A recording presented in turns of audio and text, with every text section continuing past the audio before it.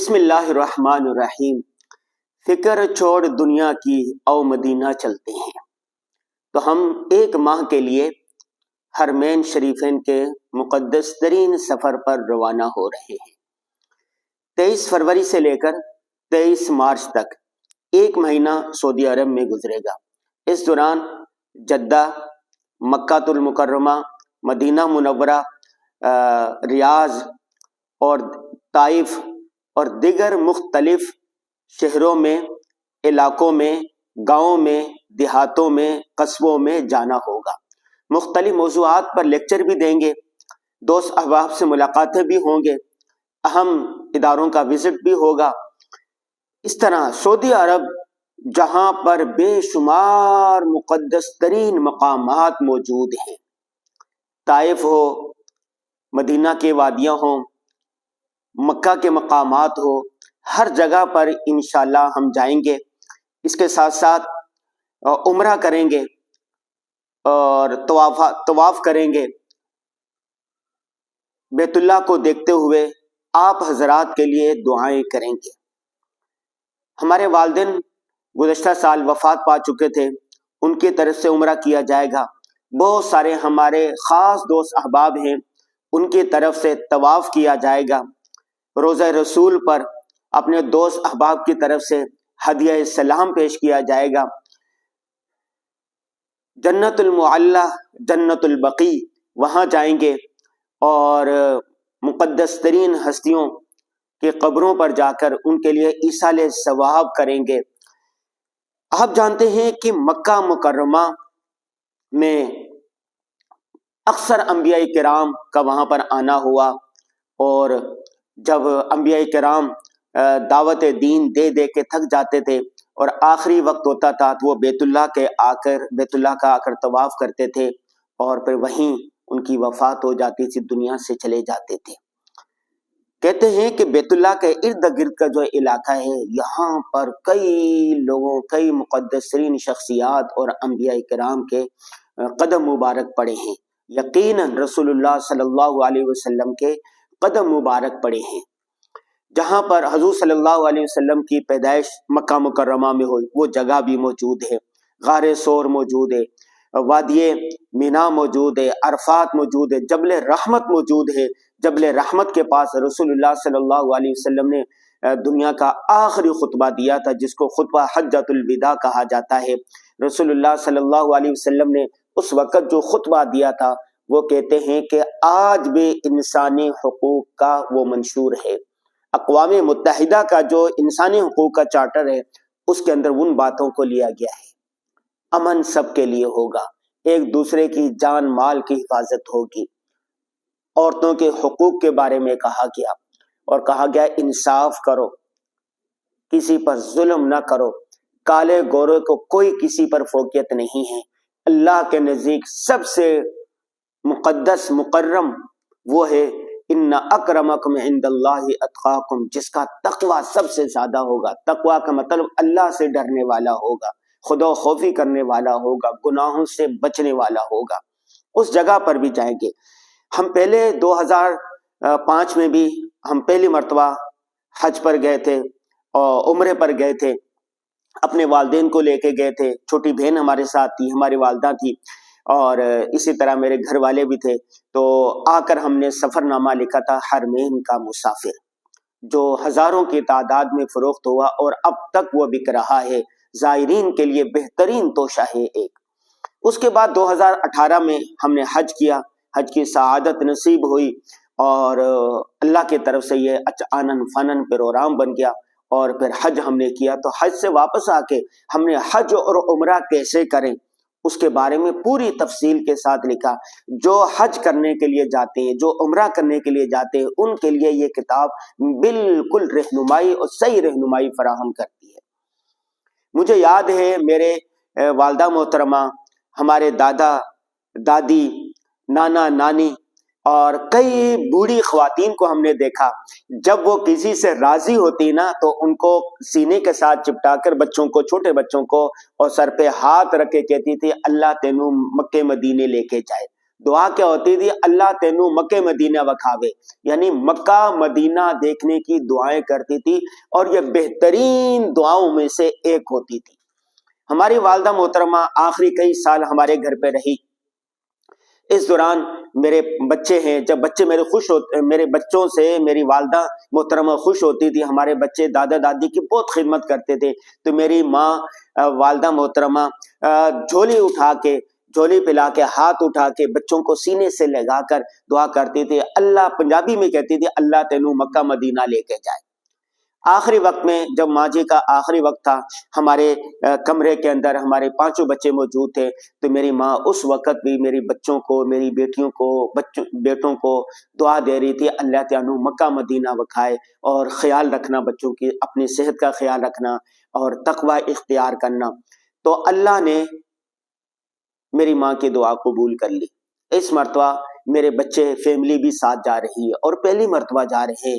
اور آپ جانتے ہیں نا کہ پہلے زمانے میں حج پر یا عمرے پر وہ لوگ جایا کرتے تھے جو بالکل بڑھاپے میں پہنچ جاتے تھے، اور اس وقت سفر کرنا مشکل ہوتا تھا، بحری جہازوں کے ذریعے سفر کیا جاتا تھا یا پیدل سفر کیا جاتا تھا، اور 6 مہینے لگ جاتے تھے، اتنے اخراجات اور وسائل بھی نہیں ہوتے تھے۔ لیکن آج کل یہ سفر آسان بھی ہو گیا ہے، اور مشکلات اتنی رہی، اللہ جب وسائل دیتا ہے۔ ایک بات یہ ہے، یاد رکھیں، حج یا عمرے کا جو سفر ہوتا ہے نا، یہ وسائل سے نہیں ہوتا۔ اللہ کی طرف سے، نبی کی طرف سے جب بلاوا آتا ہے نا، تو بس انتظامات خود بخود ہو جاتے ہیں۔ گزشتہ ہفتے میرے ایک دوست نے عجیب داستان سنائی۔ تینوں دوست ایلیٹ کلاس سے تعلق رکھتے تھے، مالدار تھے۔ تینوں نے کہا کہ ہم دبئی جائیں گے، وہاں سے عمرے کا سفر کریں گے۔ پاسپورٹ ہو گئے، ویزا لگ گیا، اخراجات ہو گئے، ہوٹل بکنگ ہو گئی، سارے اخراجات اور ساری ترتیب بن گئی۔ ایک دوست نے کہا کہ میں نہیں جا رہا، مجھے فلاں مسئلہ پیش آ گیا، لہذا اس نے کینسل کر دیا۔ دوسرے نے کہا کہ میں نے بھی نہیں جا، میں نے فلاں اپوائنٹمنٹ لیا ہوا تھا، میں نے وہاں جانا ہے ڈاکٹر کے پاس۔ جو تیسرا تھا اس نے کہا بھائی مجھے تو جانا ہے۔ اس نے رات کو تہجد میں گڑ گڑا کر اللہ سے دعا مانگی کہ یا اللہ مجھے محروم نہیں فرمانا، مجھے مقدس زیارات کے مقدس سفر سے محروم نہیں فرمانا۔ چنانچہ اللہ نے اس کی دعا قبول کر لی۔ وہ اکیلا گیا، مدینہ شریف گیا، مسجد نبوی میں جا کر نمازیں پڑھی، اور روضہ رسول پر سلام دعا پیش کیا، اپنا دکھڑا سنایا، جنت البقیع گیا، وہاں سے پھر اس نے احرام باندھا، مکہ مکرمہ کیا، اور وہاں جا کر اس نے طواف کیا، صفا مروہ کی سعی کی، حلق کروایا، دوست احباب کے لیے دعائیں مانگی، گناہوں سے توبہ تائب ہو کے، اور پھر آگے۔ اس نے کہا کہ دیکھو، ہم 3 دوستوں نے جو ایلیٹ کلاس سے تعلق رکھتے ہیں، جن کے پاس پیسوں کی کمی نہیں، لیکن جانا ایک کو نصیب ہوا، اور میں ایسے شخص کو بھی جانتا ہوں جن کے گھر پہ کھانے کے لیے پیسے نہیں تھے، ٹھیک ہے، لیکن اللہ کی طرف سے جب بلاوا آ گیا، اور راتوں رات پاسپورٹ بھی بن گیا، کچھ دن کے بعد ویزا بھی آ گیا، اور مقدس سفر پر روانہ ہو گئے۔ ہمارا جو تجربہ ہے وہ یہ ہے کہ اگر کوئی سچی تڑپ ہو، محبت ہو، عقیدت ہو، درود شریف کی ایک تسبیح پڑھتا رہے اور اللہ تبارک تعالیٰ سے دعا مانگتا رہے، تو اللہ تعالیٰ اپنے گھر کا دیدار ضرور کرواتے ہیں، وہ روضہ رسول پر ضرور جاتا ہے۔ تو اگر آپ چاہتے ہیں کہ آپ روضہ رسول پر جائیں، مسجد نبوی میں نماز پڑھیں، مسجد نبوی میں نماز پڑھنا اور حرم مکہ میں نماز پڑھنا کتنی زیادہ نمازوں کا ثواب ہے، کتنی بڑی فضیلت آئی ہے، اللہ اکبر۔ تو آپ، اللہ تبارک و تعالیٰ آپ سب کو اپنے گھر کی زیارت کروائے، اپنے گھر کا دیدار کروائے، آپ لوگ اپنی فیملی کے ساتھ جائیں، بچوں کے ساتھ جائیں، بیت اللہ کا طواف کریں۔ بہترین وہاں پر عبادت جو نا بیت اللہ کا طواف ہے، باقی ساری چیزیں آپ ہر جگہ کر سکتے ہیں، لیکن بیت اللہ کا طواف صرف وہیں کیا جا سکتا ہے۔ بیت اللہ کو دیکھنا بھی عبادت ہے، بیت اللہ کی طرف منہ کر کے اور کھڑے ہو کر جب بارش ہو رہی ہو اس وقت دعائیں کرنا قبولیت کے مقامات میں سے ہے۔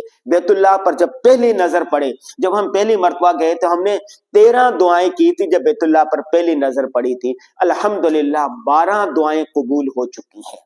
میں بچوں کو کل یہی سمجھا رہا تھا، ان کو طریقہ بتا رہا تھا، ان کو آداب بتا رہا تھا کہ یہاں کی ذرا سی بے ادبی بھی بڑے محرومی کا سبب بن سکتی ہے۔ مولانا تق استاد محترم مفتی تقی عثمانی صاحب نے، ابھی میں ان کا کلپ سن رہا تھا، فرما رہے تھے کہ ایک شخص تھا وہاں پر، اس نے کہا کہ یہاں کی دہی اچھی نہیں ہے، کھٹی ہے۔ خواب میں رسول اللہ صلی اللہ علیہ وسلم کی زیارت ہوئی، اس سے کہا گیا کہ یہاں سے نکل جاؤ، تجھے میرے مدینے کی یہ دہی اچھی نہیں لگتی۔ تو مدینہ کی، مکہ کی کسی چیز کو برا بلا مت کہے۔ اللہ کے دربار میں جا رہے ہیں، بیت اللہ میں جا رہے ہیں، روزہ رسول پر جا رہے ہیں، صبر کریں۔ اس کی جو دعا ہوتی ہے نا، اللہم انی ارید العمرۃ فیسرہ لی وتقبلہ منی، یا حج کی جو دعا ہوتی ہے اس میں دو لفظ لازمی ہوتے ہیں، کیا؟ یا اللہ اس کو میرے لیے آسان کر دے اور قبول فرما لے۔ ٹھیک ہے، تو آسان کر دے۔ اتنی سہولیات کے باوجود بھی آج یہ سفر مشکل ہے، تو اس میں جو مشکلات آئیں تو صبر کا دامن آپ نے تھامے رکھنا ہے، اور جانے سے پہلے عمرہ کیسے کرنا ہے، زیارات کیسے کرنی ہے، اس کی مکمل تیاری کر کے جائیں۔ اس موضوع پر ہماری 2 کتابیں بھی ہیں، حرمین کا مسافر اور حج اور عمرہ کیسے کرے، یہ پڑھے۔ اس کے علاوہ ہماری کئی ویڈیوز یوٹیوب چینل پر، ہماری یوٹیوب چینل پر مفتی انور غازی پر اور انور غازی ویلاگ پر موجود ہیں۔ ہمارا فیس بک پیج جو ہے مفتی انور غازی اور انور غازی آفیشل، یہاں پر بھی موجود ہے۔ جب آپ اخراجات خرچ کر رہے ہیں اور اتنے وقت نکال کے جا رہے ہیں، تو حج اور عمرہ کیسے کرنا ہے، وہاں پر دن کیسے گزارنے ہیں، اس کی صحیح منصوبہ بندی کر کے جائیں۔ اب ہم جو جا رہے ہیں وہاں پر، تو انشاءاللہ ہماری کوشش ہوگی صبح شام وہاں کی جو ہم زیارات کریں گے، وہاں جو لیکچر دیں گے، وہاں جو گپ شپ ہوں گے، وہاں جو انٹرویو کریں گے، آپ کو بھی ہم ان سے آگاہ کرتے رہیں۔ آپ کو انشاءاللہ صبح شام آپ ہمارا ویلاگ دیکھیں گے، وہاں کے مقامات کی ویڈیوز دیکھیں گے، زیارات کریں گے۔ ہمارا رابطہ نمبر انشاءاللہ وہاں جو ہوگا وہ میں شیئر کر دوں گا، جانے سے پہلے ایک پوسٹ لگ جائے گی۔ آپ سب سے بھی دعاؤں کی درخواست، اور آپ کے لیے بھی دعائیں۔ غم سے، یہ دنیا کے جو غم ہیں ان کو چھوڑ دو، بس حرمین شریفین کا سفر کرو، وہاں جا کے بتاؤ نبی اکرم شفیع اعظم دکھی دلوں کا سلام لے لو، پیام لے لو۔